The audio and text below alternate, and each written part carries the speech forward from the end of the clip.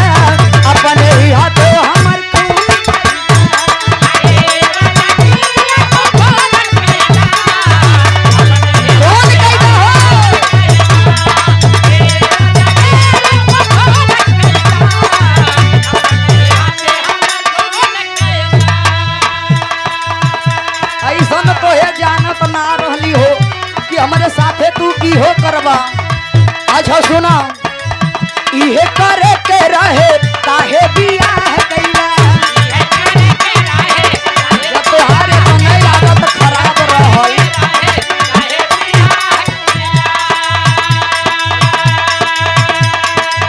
हंस खेले वाला जी निगिया खराब कइला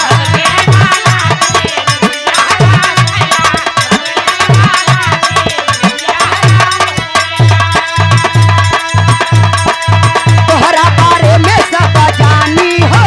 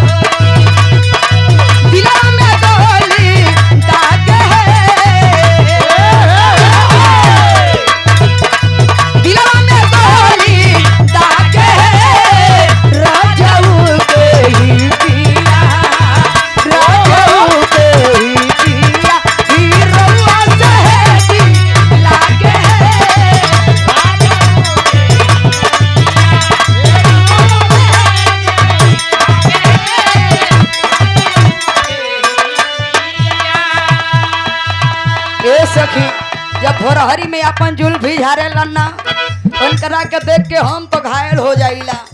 कितना बखान करी कितना बताइए तने ना सुनो ना।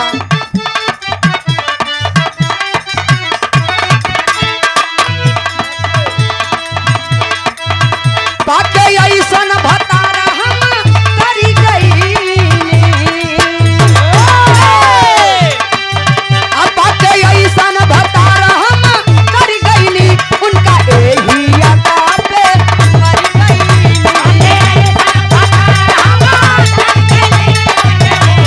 ओहो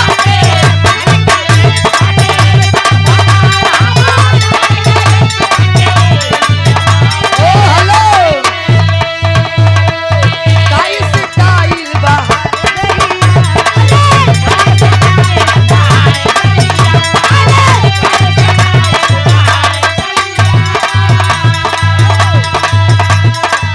काई स्माइल बहाए दैया। ए सखी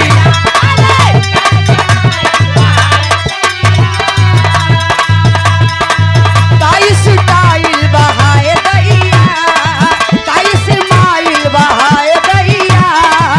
पाके उनके कही कसम से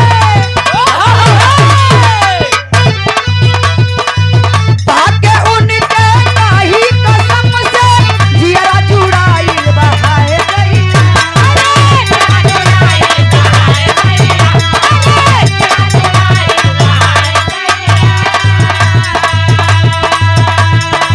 सब कुछ फीका उनके आगे है। हमरा उनकरे आगे सब कुछ फीक बा। ई चिरकुट लोग एकदम फीका हुवन। सब कुछ फीका उनके आगे है। राजाऊ के हिया राजाऊ के हिया ई रउआ चहेरी लागे है।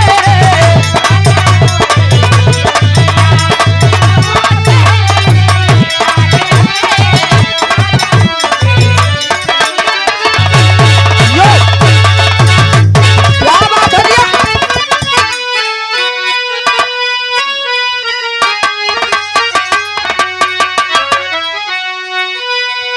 आये पार हमारो मड़ैया आओ पार राजा जी के डेरा हो राम। अब बिछवे में देवरा कसैया बिछवे में देवरा कसैया। जबरन कलैया धैले हो रहा।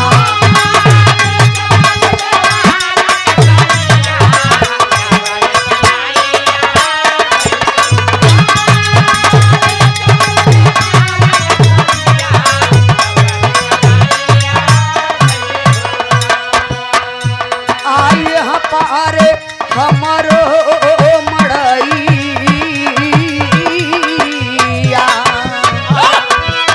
आओ पार राजा जी के डेरा हो राम। आइए पार हमरो मड़ैया आओ पार सैया जी के डेरा हो राम। अब बिचवे में देवरा कसैया बिचवे में देवरा कसैया। जबरन कलैया धैले हो राम।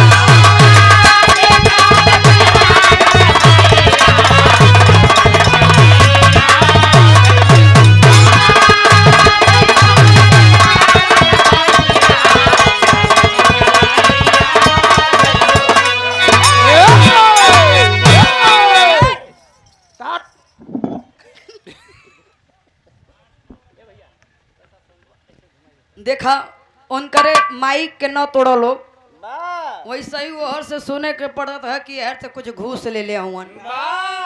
तो गायन हेलो हाँ आजकल वही चलते ही हैं। हम इनके 500 रुपया घूस देले है तो तू 1000 दे काहे न देता वाह शर्मा जी अब दे दा दे दे अब दे दा बहुत बढ़िया भी रहा है आप लोग सुन ला वाह बाहर अकबर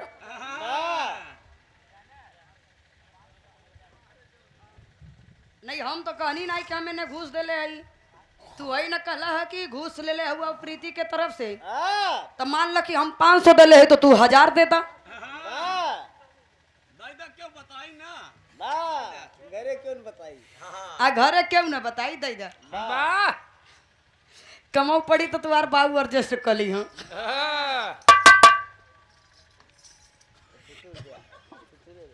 कहला ना कि तोहे छूट है वाह तू चाही जवन कह सकेलू बात की बात ही कहा जाए दूसर कुछ नहीं। कहल जाला कि बात पे बात न कह तो बात रोवेली अब दिन में कीच काच होला यदि रात में भेंट ना होखे तो मुलाकात रोवेली और संगे संगे रातों रोवेली जोधा अकबर की प्रेम कहानी आप लोग खुद भी जानते हैं जोधा अकबर की क्या प्रेम कहानी थी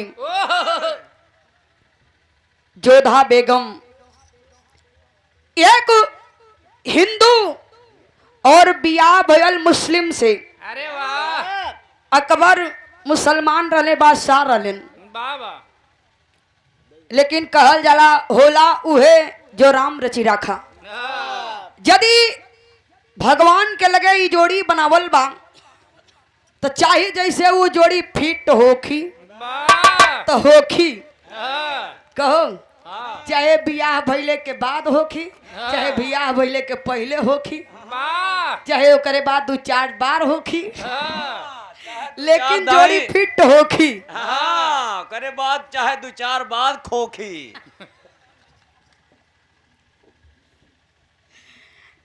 ये सब हंसी मजाक वाली बात है आप लोग दिल पे मत लिहा कहल जाला कि जैसे बढ़िया सा भोजन बढ़िया पकवान बनल बा ओकरे संगे थोड़ा सा अचार थोड़ा सा चटनी न रखब लोग तो भोजन को कोनो आनंद ना मिली वाह यही से ये आप लोग दिल पे मत लिहा ये आप लोगन के मनोरंजन के लिए है वाह बाकी ऐसा कोनो बात ना हम मैंने बहुत मानीला वाह कितना हो बहुत मानीला 6 इंची नीचे से हाँ, जितना बिलार मूसे का माना था ना ही दिल से मानीला वाह 6 इंच नीचे से बताओ तो यानी कि दिल से हम इन्हें मानीला और सच में मानीला त्रिभुवन तू नाराज मत होइए बाबू संभाले तो नाराज मत हो।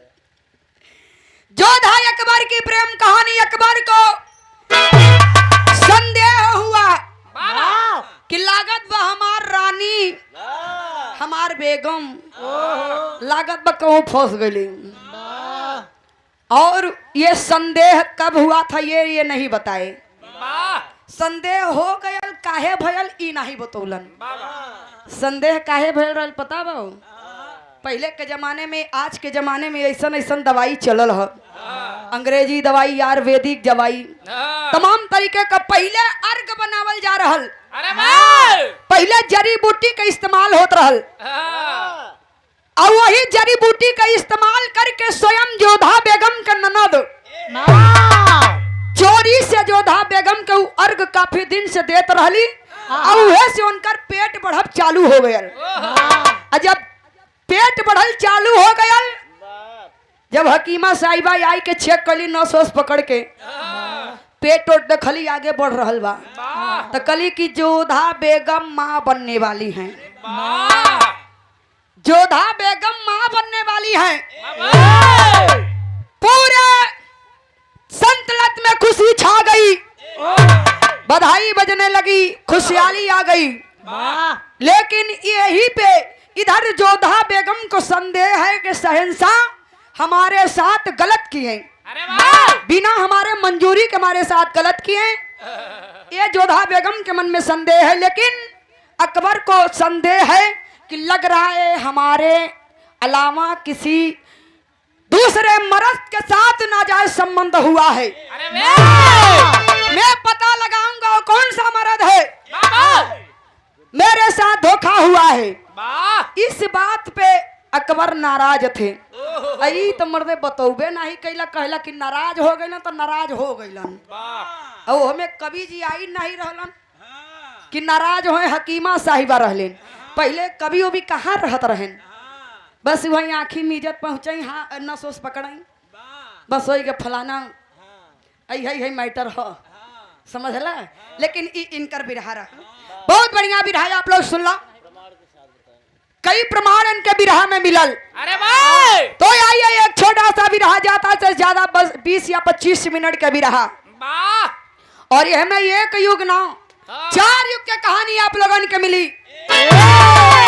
और चारों युग में आप लोगन के प्रमाण मिले। वाह और लास्ट में सबसे अद्भुत प्रमाण मिले, यानी कि कलयुग में।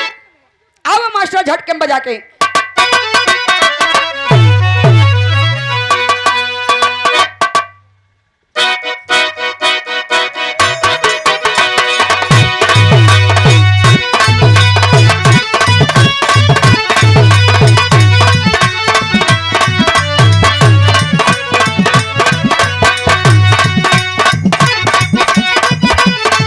जिया जिया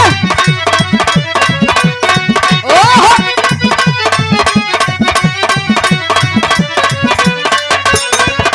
जिया लाल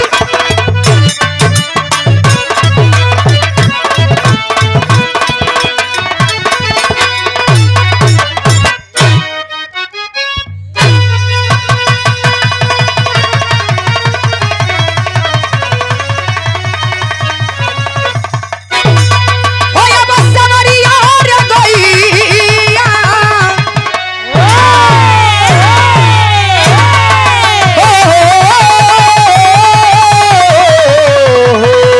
राम।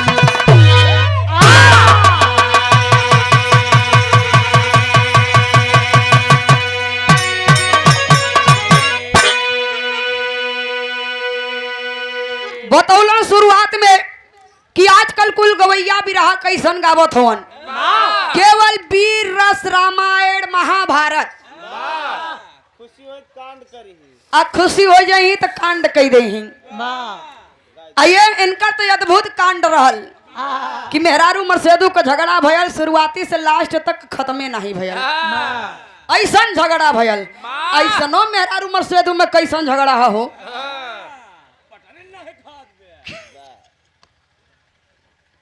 मेहरारू मर्सेदू का झगड़ा ज्यादा से ज्यादा 2 मिनट के होला। संबंध ऐसा ही होना चाहिए। यही से हम ऐसा बिरहा गावे जात बनी कि केवल एमन रामायण महाभारत ना रही। 4 युग के कहानी, सतयुग द्वापर त्रेता कलयुग, और 4 युग में प्रमाण मिले। 4 लाइन कवि जी भूमिका के भाव में इशारा करत होन मास्टर।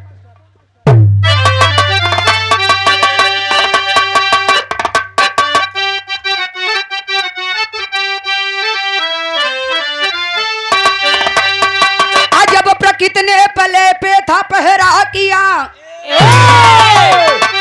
तो प्यासी चेरो रहा था विरह भाव से। अदे रहा सत्य ना कोई अनुराग में, सुन रही थी प्रभा भी बड़े भाव से। लेके साहस चला कोई अति भेग में,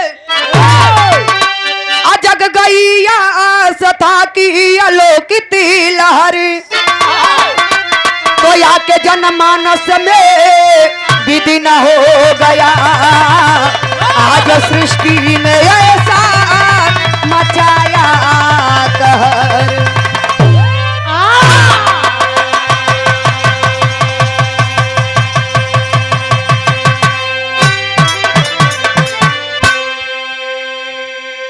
एक लाइन कवि जी कव्वाली के भाव में इशारा करत होन। बाबू इस समाज में मेहरारू 2 तरह का सुहागन होली। अरे वाह एक तो होली सुहागन, एक होली अबागन। लेकिन वो कैसन होली कहना बा मास्टर।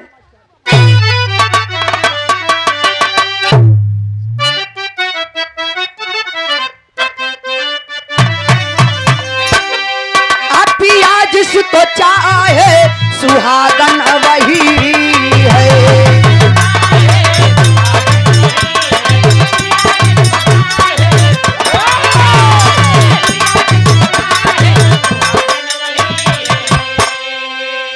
पिया जिसको चाहे सुहागन वही है।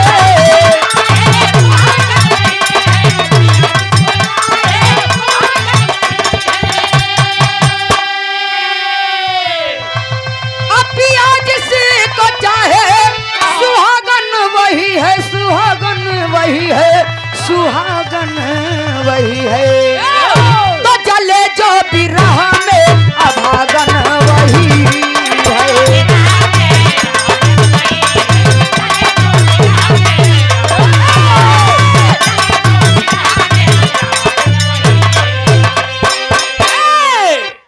जिसको चाहे सुहागन वही है, जले जो बिरह में अभागन वही है।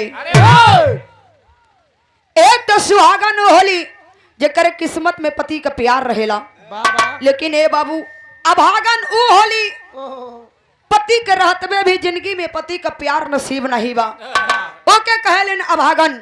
एहू से सुंदर कवि जी भाव में लिखतवन कैसे मास्टर।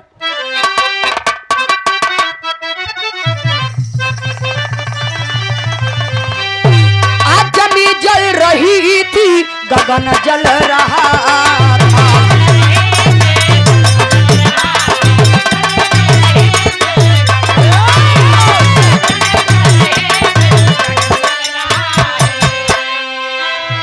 जमी जल रही थी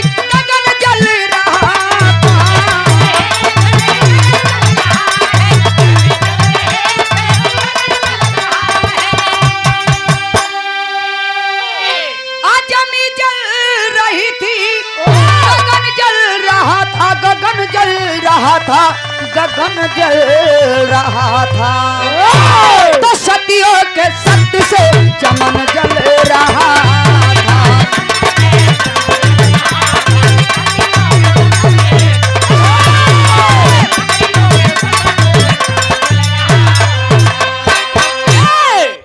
जमी जल रही थी, गगन जल रहा था। सतियों के सत्य से ये सारा चमन जल रहा था। यही से कहानी की शुरुआत हो गई। कहानी बेगौर करिएगा, आशा नहीं पूर्ण विश्वास है। अगर दिल दिमाग लगा के इस विरह को सुनेंगे तो आशा नहीं पूर्ण विश्वास है कि विरह आप लोगों को जरूर पसंद आएगा। कहना बा मास्टर।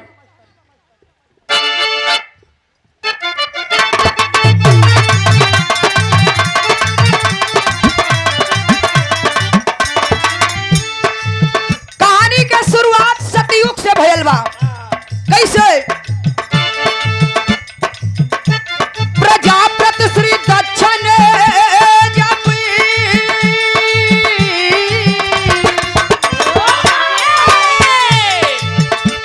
प्रजापति श्री दक्षिण जब यज्ञ कराया, देकर निमंत्रण देवी देवताओं को बुलाया।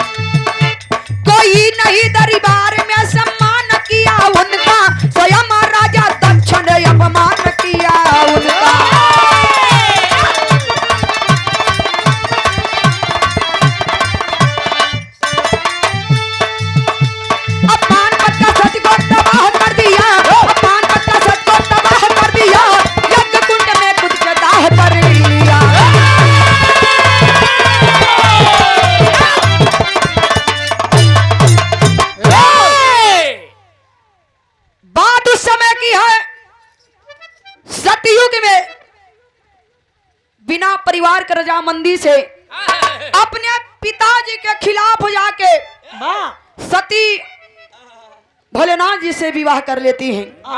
भोलेनाथ से जब विवाह कर लेती है, राजा दक्ष यज्ञ कराते हैं। यज्ञ का निमंत्रण सभी देवी देवताओं को मिला, लेकिन स्वयं के अपने दामाद भोलेनाथ को निमंत्रण नहीं देते हैं।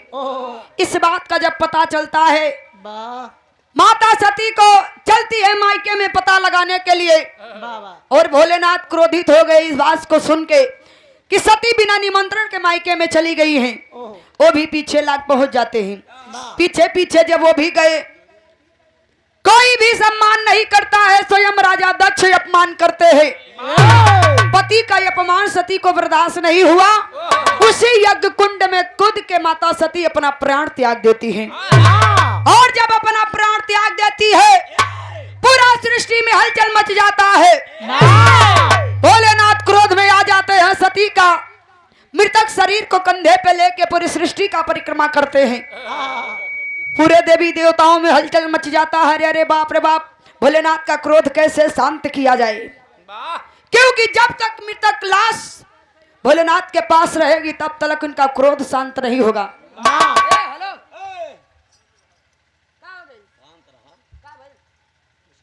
घरे जाए के बाद जा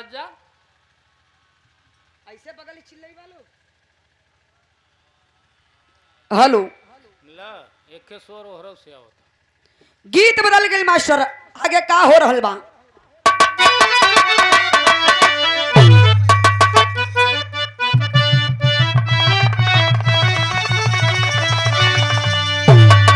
कोनो लड़का कोनो खूबसूरत लड़की के देख के कहले बा, का कहले से मास्टर? त गोरी तोरी मुस्की जवानिया रे, त गोरी तोरी मुस्की जवानिया रे, आरा बलिया हिला रे।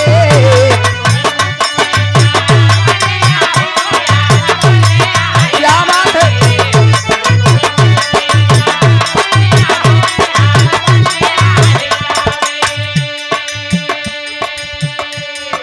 सुन के सती के माँ रनमा हो, सुन के सती के माँ रनमा हो, हिलल इंद्र सनामा।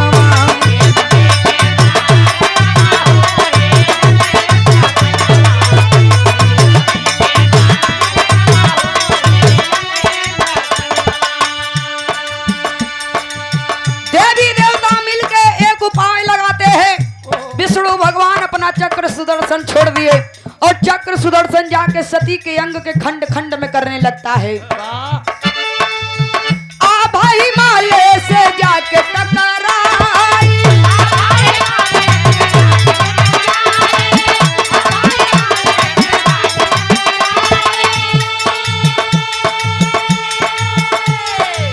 मैंने महतारी कहिया में समाइल, वहिया में समाइल।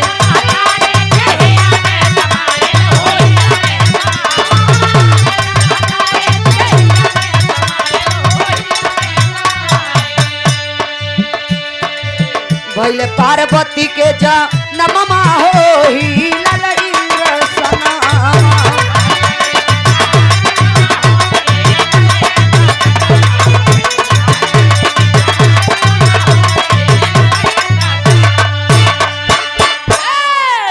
विष्णु भगवान अपना चक्र सुदर्शन छोड़ देते हैं। चक्र सुदर्शन जाके सती के अंग को खंड खंड में करने लगता है। सती का एक अंग कटता है, कट के आभा हिमालय से टकरा के मैना महतारी के गर्भ में समाहित हो गए। और बताया जाता है, प्रमाण मिलता है कि माता सती का जहां जहां भी अंग गिरा वहां वहां देवियों का वास हुआ। एक अंग कलकत्ता में गिरा जहां माँ काली के नाम से जानी जाती है। माँ सती का एक अंग विंध्याचल में गिरा जहां विंध्यवासिनी के नाम से जानी जाती है। एक अंग मैहर में गिरा जहां माँ शारदा के नाम से जानी जाती है। एक अंग कड़े में गिरा जहां कड़े वाली माँ कड़े धाम के नाम से जानी जाती है। माँ शीतला के नाम से जानी जाती है। और एक अंग बॉम्बे में गिरा जहां बम्बा देवी के नाम से जानी जाती है। प्रमाण मिलता है कि माँ सती का यंग जहां जहां भी गिरता है देवियों का वास हो जाता है। परमादनी आप संजय यादव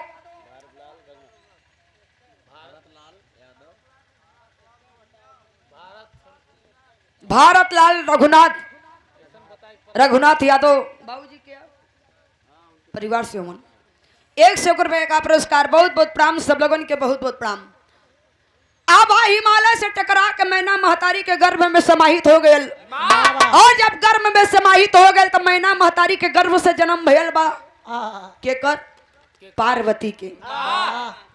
दूसरा जन्म सती के, दूसरा जन्म मिलल पार्वती के। और जब पार्वती के जन्म मिलल काहे से, भोलेनाथ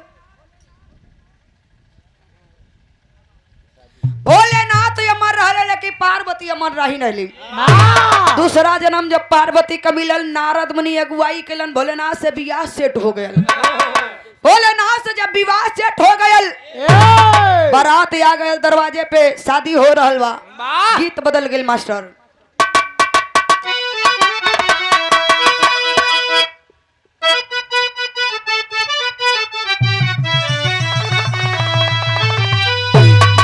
गीत है बा कि बिना रे गवाना सजनावा, बिना रे गवाना सजनावा, अजनी ससुररिया अइहोरा, जनी ससुररिया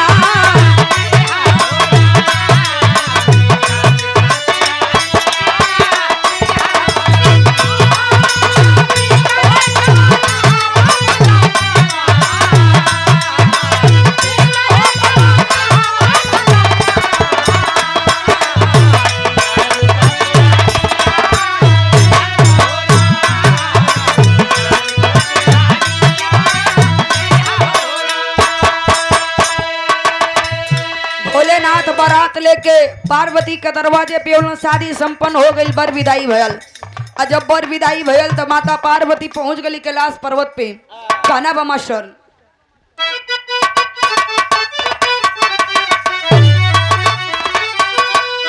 शिवाजी से भइले मिलनवा, शिवाजी से भइले मिलनवा, गौरा जब गवानावा कइली होरा, गौरा जब गवानावा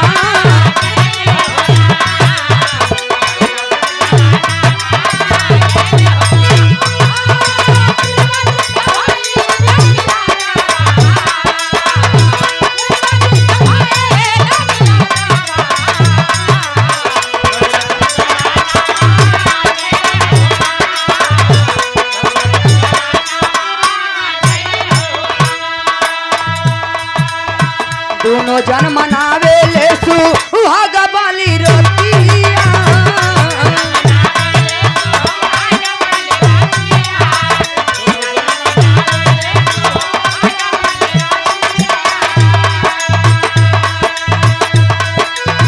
एक में समाई गई दोनों मोरतिया।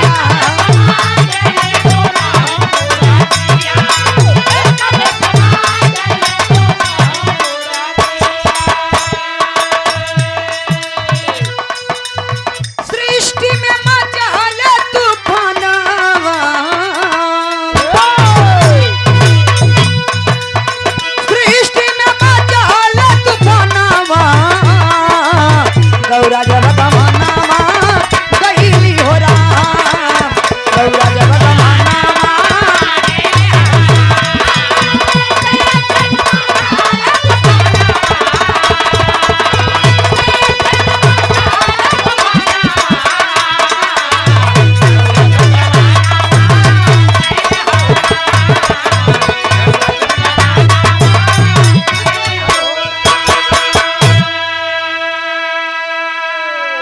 भोलेनाथ पार्वती का विवाह हुआ।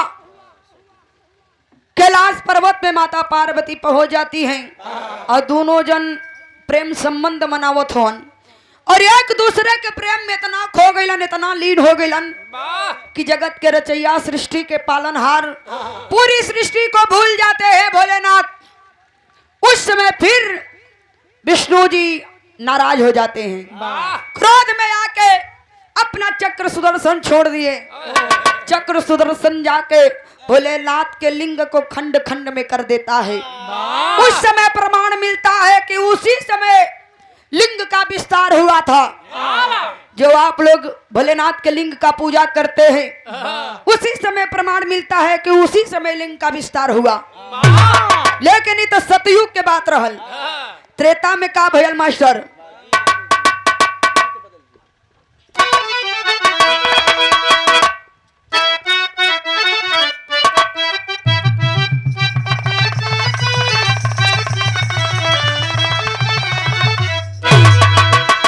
कोनो बिटिया के यदि महतारी ना रहेली ना, जोने समय बारात आवेली दरवाजे पे, उस समय वो बिटिया याद कर कर रोवेली, यदि आज मर माई होती ना, आज यदि मर माई होती ना, तो माई से कहती कि माई यो समनवा बाबू से कह के दिलवा देना। आज बिटिया के कितना तकलीफ बा, सिर पे चुनरी उड़ा के बाबू पकड़ के बिटिया के ले जाते हुए डोली में बैठावे खातिर। उस समय बिटिया रो के कहेली, का कहेली मास्टर?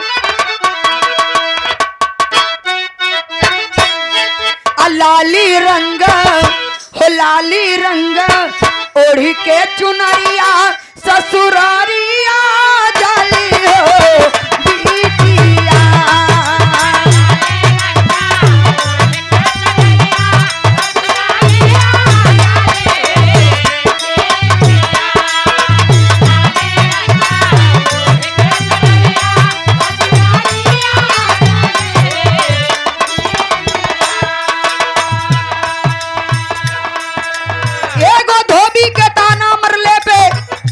मर्यादा पुरुषोत्तम राम सीता का त्याग कर दिलन। ले जाकर लक्ष्मण सीता के जंगल में छोड़ के उलन। वही जंगल में बैठ के सीता रोवेली, कहेली सिया जब गईली बिया बनवा अपमानवा कैले हो प्रभु जी। सिया जब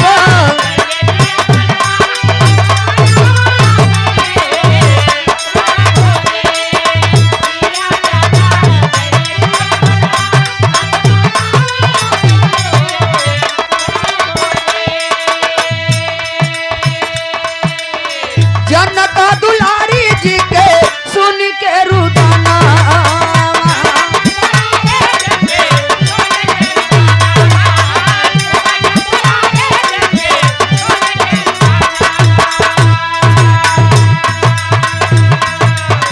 हिया में समाई ले तू धरती मयना।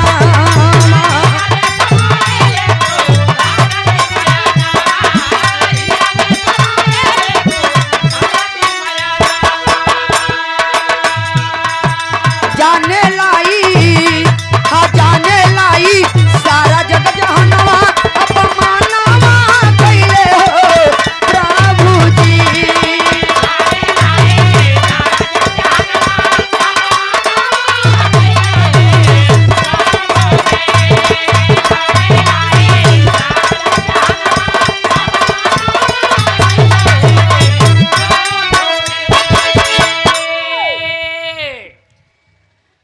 इधर जंगल में जाके माता सीता रोत बड़ी की, वो भी उस समय सीता का त्याग करते हैं। मर्यादा पुरुषोत्तम राम जिस समय सीता गर्भावस्था में थी, रो के माई धरती से कहली कि माई अब यहाँ का दुख बर्दाश्त नहीं क्यों होत माई, तू अपने गोद में हमें शरण दे दा, अपने पास हमें बुला ला माई। इधर माता सीता बैठ कर रोवत हैं। लेकिन इस कहानी में एक और अलग मोड़ आयल, गीत बदल गई मास्टर।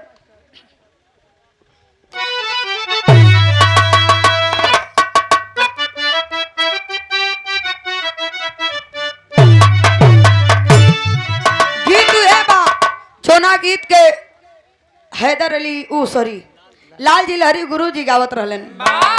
कैसे गावत रहले मास्टर? कि रतिया होले गरमिया ना डोले पवना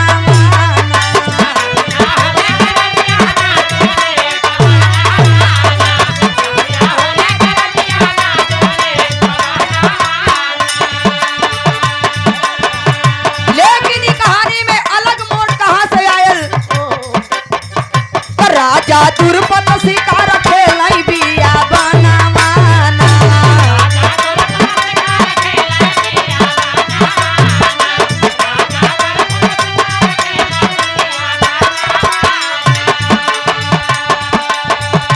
दर्शन सीता माँ के करबै दर्शन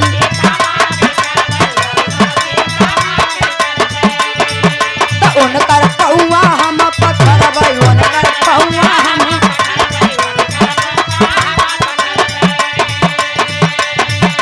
पहुँचे जाके सीता माता के समानवाना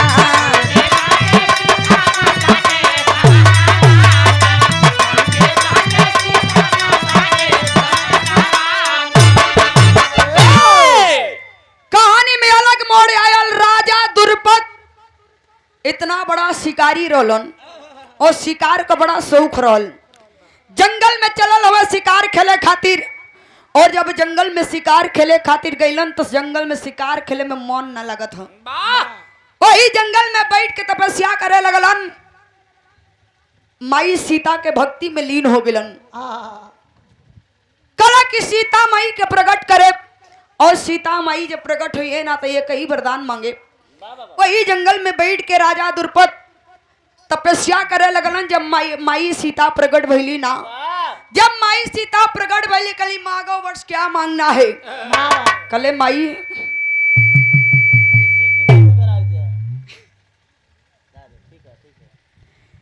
कली है माई हमें रुपया पैसा धन दौलत का लालच ना बा ई कुल हमें ना चाहिए कली की तो ये चाहिए का कल दिल में एक ही इच्छा बा माई कि एक बेरी हमारे यहाँ अपनी बिटिया के रूप में हमारे बिटिया के रूप में आप जन्म ले ले तू माई सीता कली तथास्तु वरदान देख के माई सीता गायब हो गई जब माई सीता गायब हो गई तब राजा दुर्पद के यहाँ जन्म के ले रहल बा मास्टर टेरी के भाव में कहना बा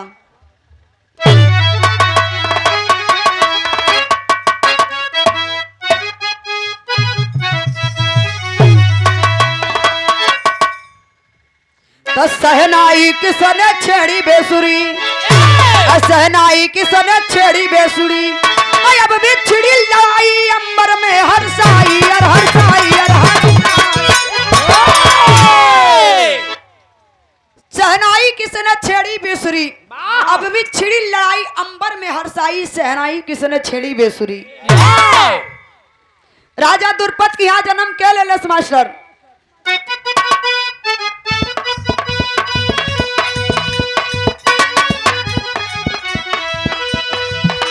हुआ राजा के घर जब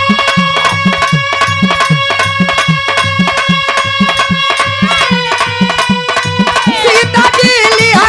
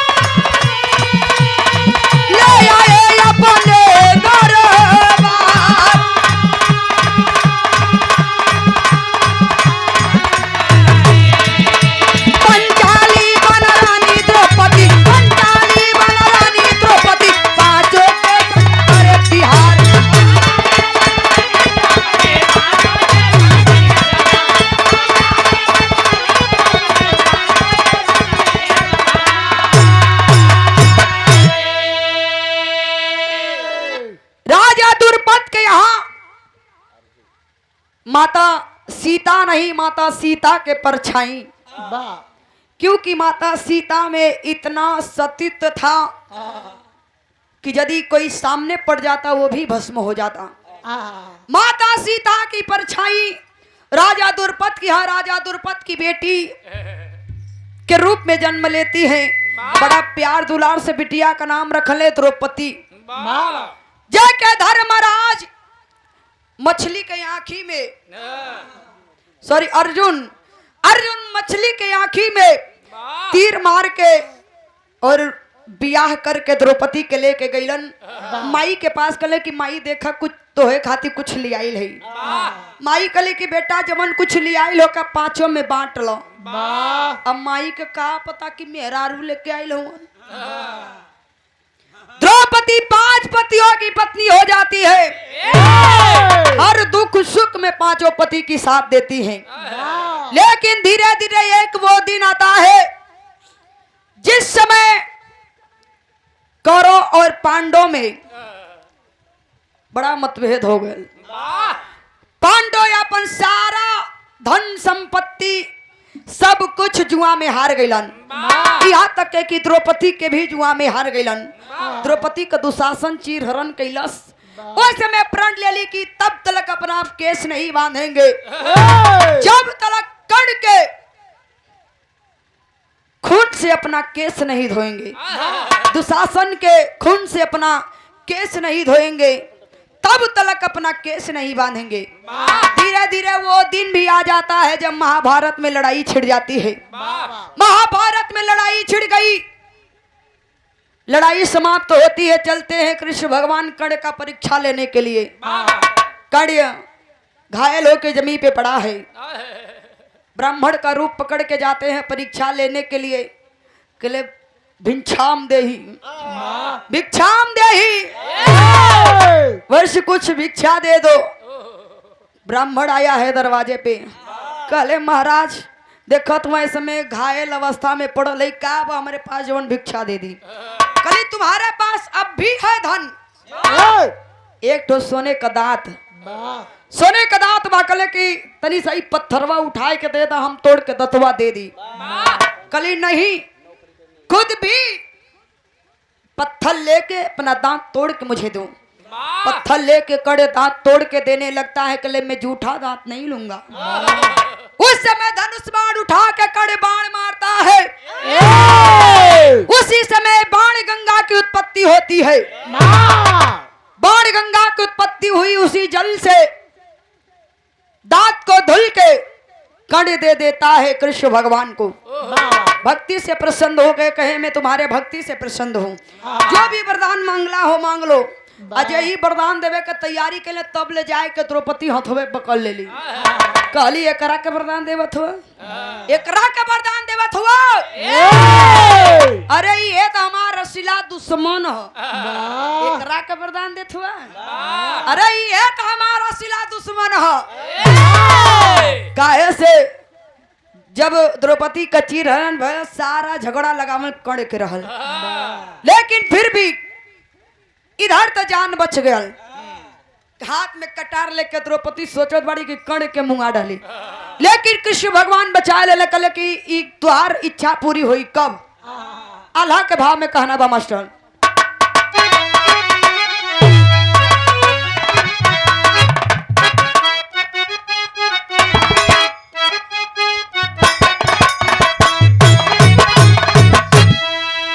अलई के तलवरिया दबड़ी रानी द्रौपदी ए भैया,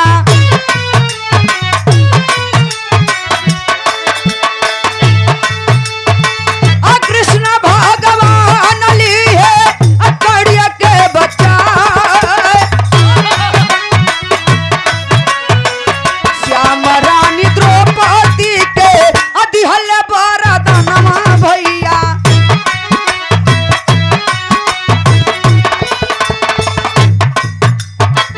सोना सोना बहिनी तानी बतिया हमार,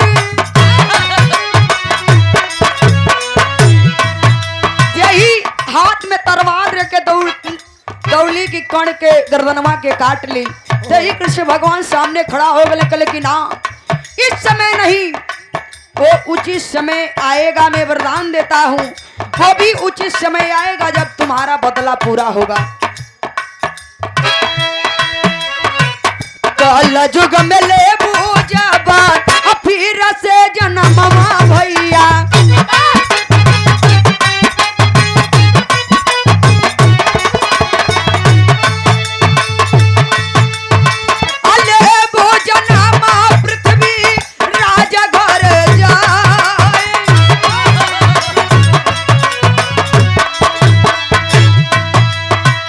बदला चुकई है अपन ब्याहन के यही है जब अब्राहम सजनवा भैया,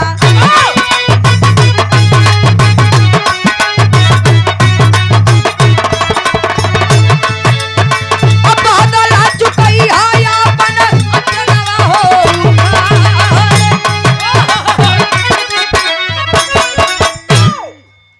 वरदान देते हैं कृष्ण भगवान कि बदला तुम्हारा जरूर पूरा होगा, लेकिन इस समय नहीं, जब तुम्हारा दूसरा अवतार यानी कि कलयुग में, कलयुग में दूसरा रूप मिलेगा, दूसरा जन्म मिलेगा पृथ्वीराज की लड़की बिलवा के रूप में। कलयुग में जन्म मिला पृथ्वीराज के बिटिया बिलवा का रूप मिलल द्रौपदी के, और वही कर्ण को दूसरा जन्म मिलता है पृथ्वीराज के बेटा ताहर के रूप में। इधर ब्रह्मा से शादी रचायल बिलवा का दुल्हा बन के आयल हवन, बड़ा धोखा में गयल, धोखा में गयल ताहर पेट में छुरा घोप दिलस, धोखा में ब्रह्मा का मौत हो गयल।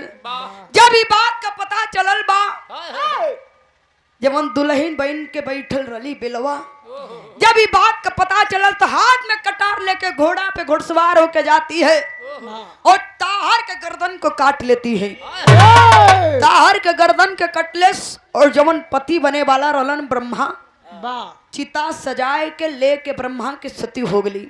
यही कलयुग में सती हो जाती है। और जब बिलवाई कलयुग में सती भयल तब एक प्रमाण मिलल। आखिरी प्रमाण में कहना बा मास्टर,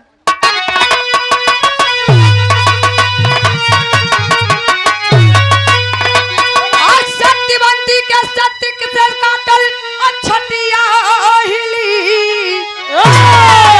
सत्यवंती के सत्य से काटल छतिया हिली, त कापल बाटे अब जगतिया हिम्मतिया हिली।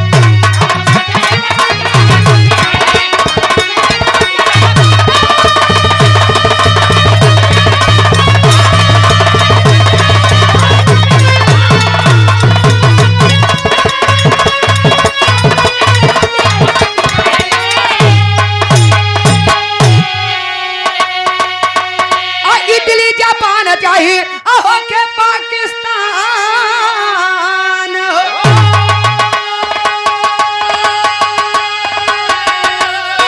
अब वही दिशा दुनिया में आवेला भूकंप हो।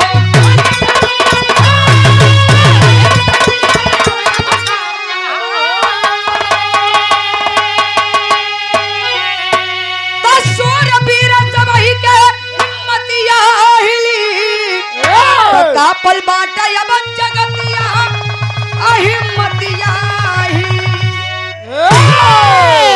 प्रमाण मिलता है जिस समय बेलवा पति बने वाला ब्रह्मा के लेके सती हो गई, वही समय से कलयुग में प्रमाण मिलल, वही समय से भूकंप आवे चालू हो गए।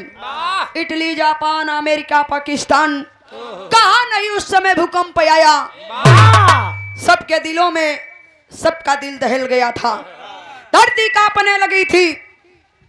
लोग तो सोच रहे थे कि लग रहा है धरती अब पलट जाएगी, इस धरती पे कोई नहीं बचेगा। हमरे बिरहा का प्रमाण मिलल। आखिरी प्रमाण में गुरु घराने का परिचय बकाना बा। अब पट्टू गुरु बिहारी छह बार डूब गए हैं गम में,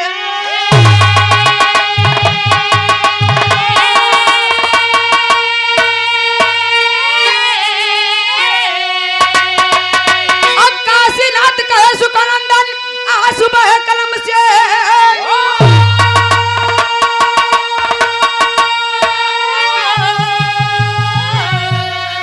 सहनाई किसने छेड़ी बेसुरी, सहनाई किसने छेड़ी बेसुरी, तो प्रीति जोखन कभी के रक्षक सारद माई ओ सहनाई किसने छेड़ी बेसुरी।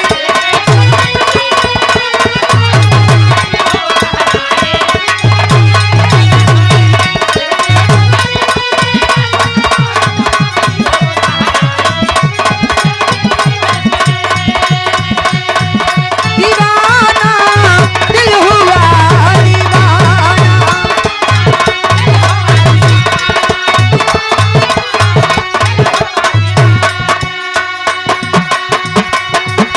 नगीरज झूम के गई दूध चूम के छाने लगा नशा।